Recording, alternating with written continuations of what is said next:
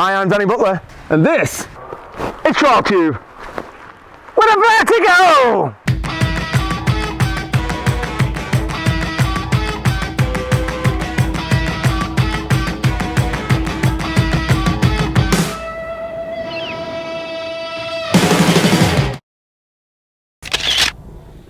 This week on Trial Tube, I have been loaned by the guys at Kamiyamoto something new, something futuristic, and something that even my posh camera isn't going to do justice to how nice this bike looks.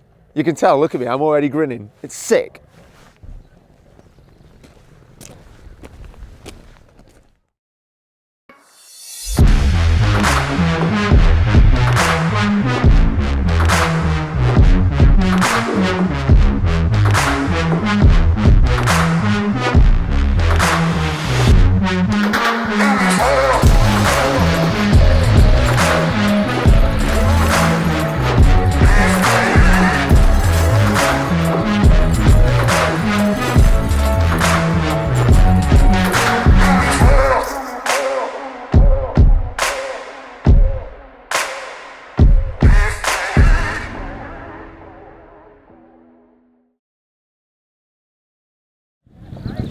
Now, I've been trying to get my hands on a Vertigo for quite some time. I know lads that ride them, but I've really been wanting to get the one that's brand new on the channel. And this one, the Vertigo R3, is brand new. Look at that. Would you look at that? Filthy. Absolutely filthy. The thing I like about the Vertigo, although I haven't actually rode one properly yet, is the fact that it's so forward thinking. Parts of the Vertigo aren't the places that you would normally see them. The tank's been moved, the airbox has been moved, even the radiator is turned sideways so that it fits in better. The guys at Vertigo, well, they've had a good think about this. They've thought, we'll take the traditional trials bike and we're going to try and make it better. I love that. Now, for those of you that don't know, the Vertigo, if you haven't heard of the brand before, is something that was basically conceptualized alongside Doug Lampkin, who did okay. If you're watching, Doug, I'm not going to say how good you are. I know you're good. Also, great wit. Now, the Vertigo is a bike that is fuel injected. This is the only fuel injected two-stroke on the market to date. One of the great things about the Vertigo is the fact that because they've really tried to reinvent the bike, they've taken away some of the really old parts of the bikes, such as the carburetor, for instance. This nice little fuel pump that's just situated there, well, it not only makes the bike a lot easier to maintain, it also allows the fuel to be used at a much more economical rate. When I say the fuel, I mean the fuel oil mixture. The fuel mixture for this bike is much lower than a normal two-stroke with a carb. Now, this week, I'm going to review this bike, but I am reviewing the 250 version of the R3, not the 300. It's been asked and said in the comments that I'm reviewing too many of the big bikes. No. So I wanted to review the bike that's most sold here in the UK, and that's always the 250 variant of the bikes. 250. Now, the Vertigo is not the cheapest bike on the market. In fact, it's the complete opposite. At 7,749, that's British pounds, this bike is pretty pricey, but for what you get for the money, I think it's great value. And this is why. Vertigo give you things like, straight out of the box, tech forks. Tech forks, nice and light. These nice billet clamps, which on most bikes are on the factory edition, but I know on pretty much every Vertigo you get these clamps and forks. No. Brake Tech brakes. Shiny billet hub. Vertigo also give you all of the nice shiny bling parts on the controls and rental fat bars. And this may not be a bling part, but try and think how much a rear mudguard costs on other brands. I know that the Vertigo rear mudguard, although very difficult to snap because it's very flexy, comes in at a whopping £25. Vertigo have gone to town on loads of things. Things like billet footrests, the added billet rear hub there with the FIM certified rear disc, a billet head, a billet coolant intercooler. What else? Oh, we haven't even started to even talk about the fact that they've turned the radiator sideways and the fact that they've relocated the tank and it's fuel injected. Oh, and that tubular frame system, I bet that took about 5 minutes to put together. Not. Other little nifty bits include where they've situated the rear light system so that the Vertigo has this kind of red glow from under the mudguard. I quite like that. The exhaust, they've improved that as well, and they've redesigned some of the airbox for the R3, which I've been told has now got a more aggressive air intake flow. I think that's something that's been designed with Jaime Busto to hopefully give the bike more bottom end. And to top it all off, they've even stuck in a cheeky Riger. Now this stunning machine from Vertigo has been loaned to me today by the guys at Cameo Moto, ran by a friend named Rich Timpley. Now Rich is not only a long-time, incredible motorcycle trials rider, he started a shop because of his passion for the sport.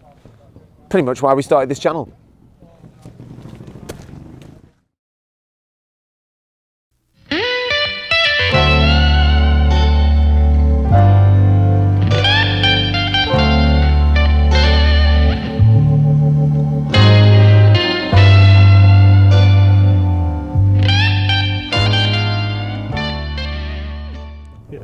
Hi, I'm Richard Timpley. I run Cameo Moto.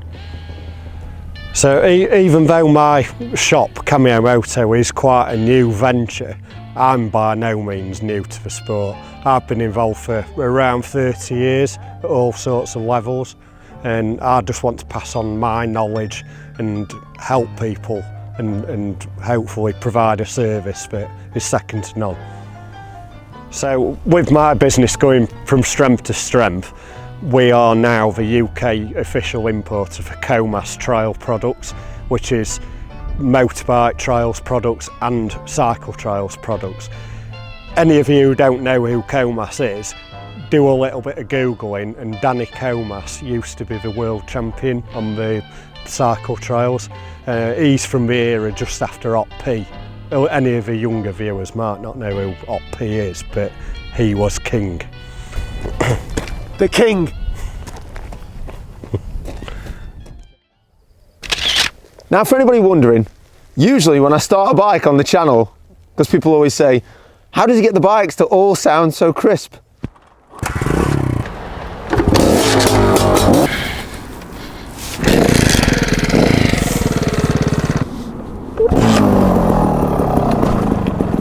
Well, that's because I cheat and I warm them up before I start the bike on film.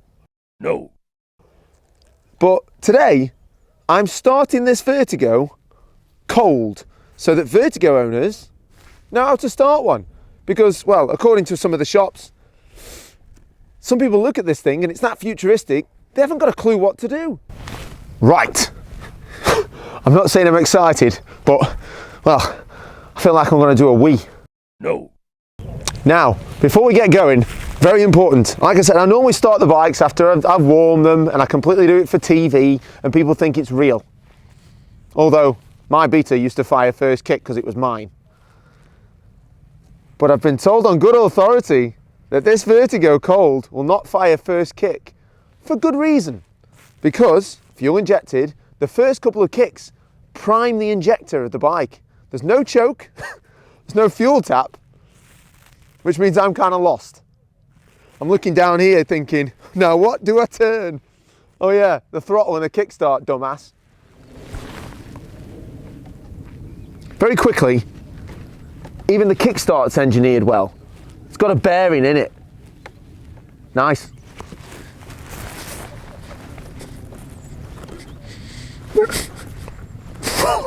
She's got some compression. That doesn't happen to me very often.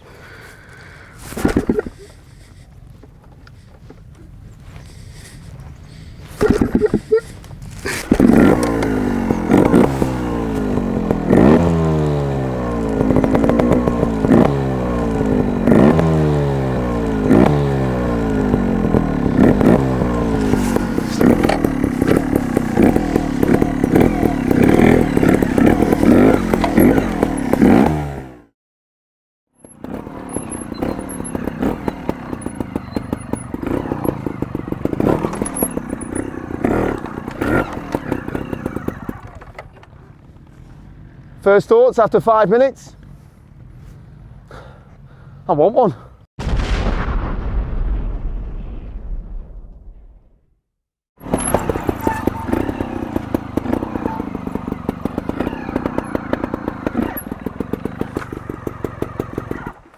Now, as I do in every episode, I'm going to do a section on this bike in first, second and third. Now, because I'm at Hawk's Nest today, we've chose something nice and steep, because what I really want people to understand is the severity of what this Vertigo R3 is willing to grunt its way all the way to the top, because this is the gruntiest trials bike for a 250 I think I've ever rode.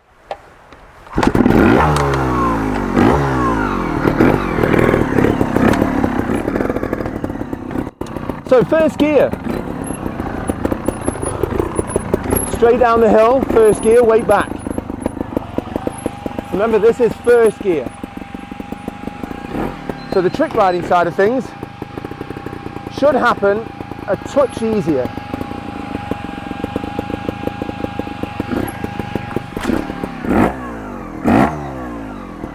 And the hill climb side of things will be a touch harder, but not for the Vertigo.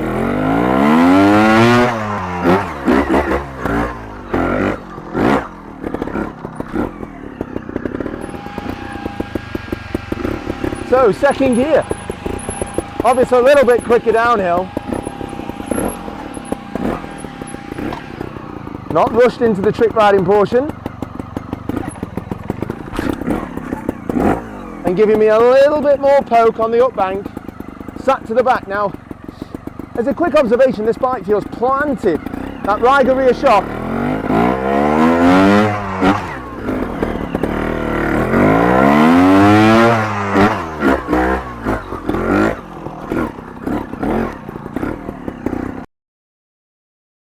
So fetch. What is fetch? Oh, it's like slang from England. Now it's time for trial tubes. 3 good points. 3 good things about your Vertigo R3 250. Good point number 1. Vertigos come with every toy you can ever imagine. Tech forks, decent wheels, amazing brakes, good back shock, fuel injection. Christ, they basically give you everything. They're not the cheapest, but for what you get, it's very affordable. If you were to do the same thing on another brand of bike, it would cost you upwards of 5 figures. Good point number 2, the airbox is actually situated in a place that's not close to any water. And I've got it on good authority, my very nice friend Hannah Styles, that she rode 5 of the 6 days at the Scottish without even changing her air filter. That's incredible. Good point number 3, today I'm riding a 250 and honestly, it's got enough power to intimidate a 300 easily.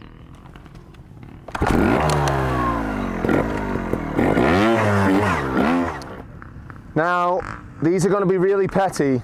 3 bad points about your Vertigo. I may as well stay sat down because I feel dreadful picking fault in a bike that today I've really enjoyed riding. So bad point number 1. It came with the wrong tyres on. I like Michelin's. That's really rubbish. Bad point number 2. I don't like the way that the Mudguard starts to slowly bend down through heat over time. And I know that the Vertigo comes in a box with a little wedge that keeps the Mudguard up. However, I've rode this for a few hours now and it's not yet started to droop. And I have been told that they've fixed this problem. But this is just personal preference for me. However, I have seen Jaime Busto with a little broom handle between there at the World Championships. Don't get more factory than that, does it? Last little gripe I've got with the Vertigo is it's got a black bash guard, sunk plate, whatever you want to call it, depends where you're from. And this will obviously show up scratches a lot easier than a silver one. I am being petty, because I actually love a black bash guard because it looks factory and fit. And now we're going to test all 3. We have a new Works, new R3, and a Doug Lampkin. That, I'm only joking, I'm not testing those. I've literally just accosted people at the venue. No. That are completely being socially distanced. That's why there's just me and 3 bikes straight in the back of my van. Okay, let's party. third gear, down the hill, onto the rock. I've dragged some mud on here now, obviously, through previous goes.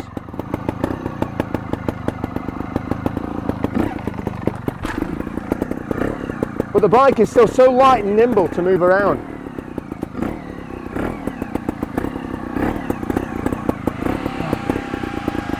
Driving up the hill.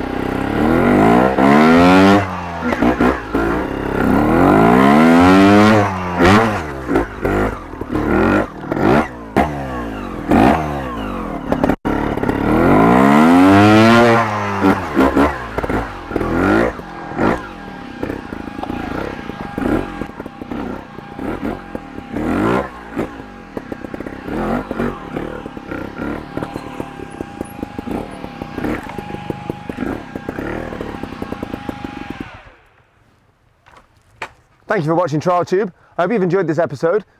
We're going to have many more episodes coming up where we review new bikes. But before I go, I would like people to understand just how futuristic this piece of machinery is. I have rode a Beta for 11 years and I've enjoyed every second of it. It's been a great bike that's brought me back to the sport. But this has been developed by somebody who spent a long time with a Beta underneath them. So, to end this little review about the Vertigo, I definitely don't want to give it back. I've asked Rich if I can use up the rest of the fuel on myself. And remember to like, share and subscribe. That's all I'm going to say. Once again, thank you for watching Trial Tube. We do keep getting a little bit more popular.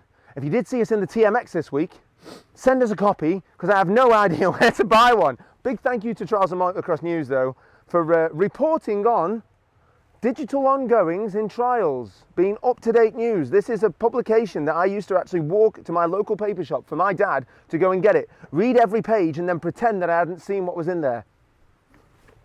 So until next time, I can start it. I can definitely start it. Oh, you beauty!